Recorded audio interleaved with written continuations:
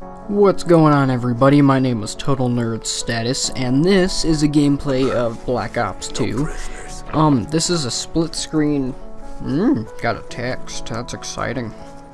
Okay, well, anyway, this is a split screen gameplay with the same person that my last split screen gameplay was on when I had the gold DSR.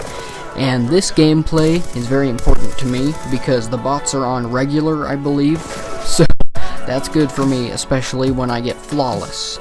Because if you have seen me playing local on hardened or veteran, you would know that I'm not lying when I say I have a curse of dying every 30 seconds with them on that difficulty. So, flawless on regular is very good. Holy apple is very good for me.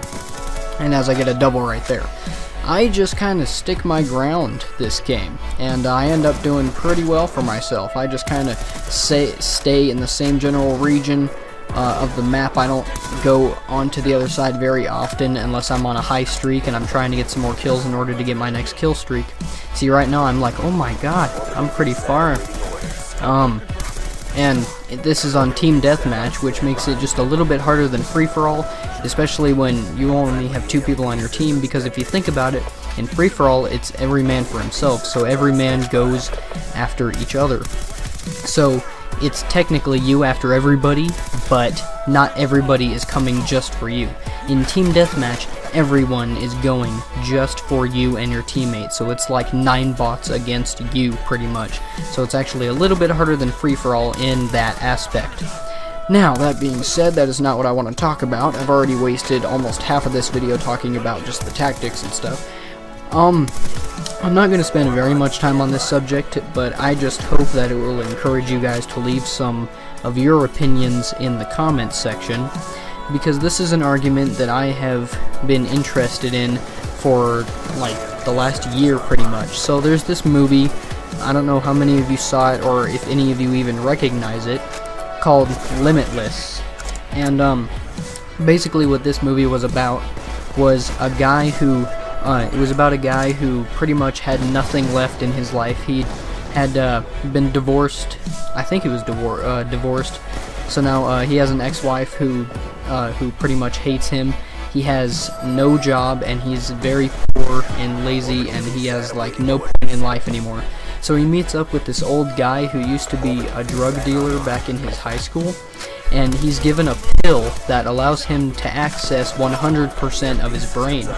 And the movie basically talks about the ups and downs of having 100% of your brain available to you 24/7.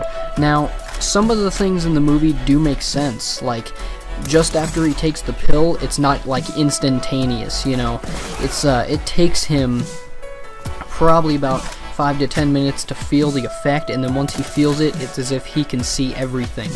He notices, like, he runs into this one lady and notices that in her book bag or purse or whatever she had, she's carrying a book that he recognizes a title from, and he recognizes the title because he has seen the title of that same book.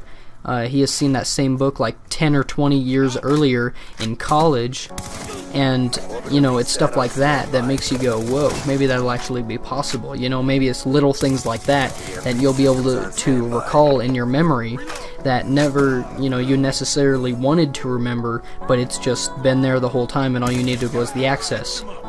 So that's just kind of an interesting point that I brought up.